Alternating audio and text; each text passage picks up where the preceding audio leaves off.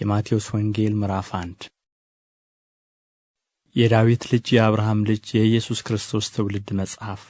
አብርሃም ይስሐቅን ወለደ፣ ይስሐቅም ያዕቆብን ወለደ፣ ያዕቆብም ይሁዳንና ወንድሞቹን ወለደ። ይሁዳም ከትዕማር ፋሬስንና ዛራን ወለደ። ፋሬስም አስሮምን ወለደ፣ አስሮምም አራምን ወለደ።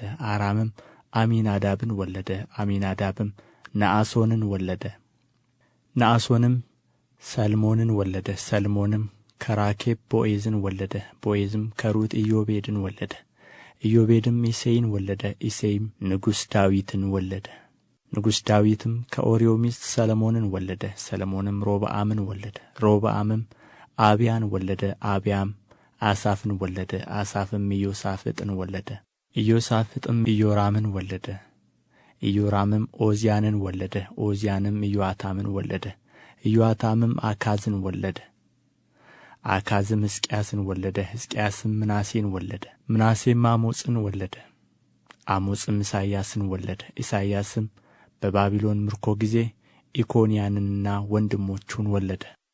ከባቢሎንም ምርኮ በኋላ ኢኮንያን ሰላትያልን ወለደ። ሰላትያልም ዘሩባቤልን ወለደ። ዘሩባቤልም አብድዩን ወለደ። አብድዩም ኤልያቄምን ወለደ። ኤልያቄምም አዛርን ወለደ። አዛርም ሳዶቅን ወለደ። ሳዶቅም አኪምን ወለደ።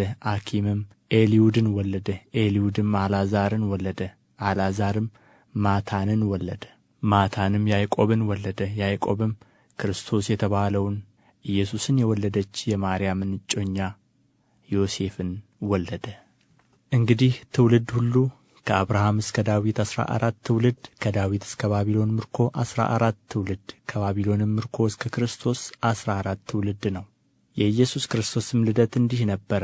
እናቱ ማርያም ለዮሴፍ በታጨች ጊዜ ሳይገናኙ ከመንፈስ ቅዱስ ጸንሳ ተገኘች። እጮኛዋም ዮሴፍም ጻድቅ ሆኖ ሊገለጥላት ስላልወደደ በስውር ሊተዋት አሰበ። እርሱ ግን ይህን ሲያስብ እነሆ የጌታ መልአክ በሕልም ታየው፣ እንዲህም አለ፣ የዳዊት ልጅ ዮሴፍ ሆይ ከእርሷ የተጸነሰው ከመንፈስ ቅዱስ ነውና እጮኛህን ማርያምን ለመውሰድ አትፍራ። ልጅም ትወልዳለች፣ እርሱ ሕዝቡን ከኃጢአታቸው ያድናቸዋልና ስሙን ኢየሱስ ትለዋለህ።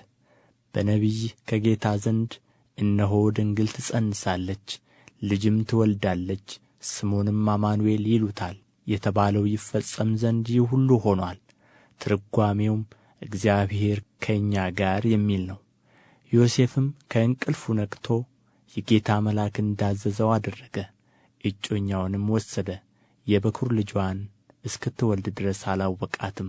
ስሙንም ኢየሱስ አለው።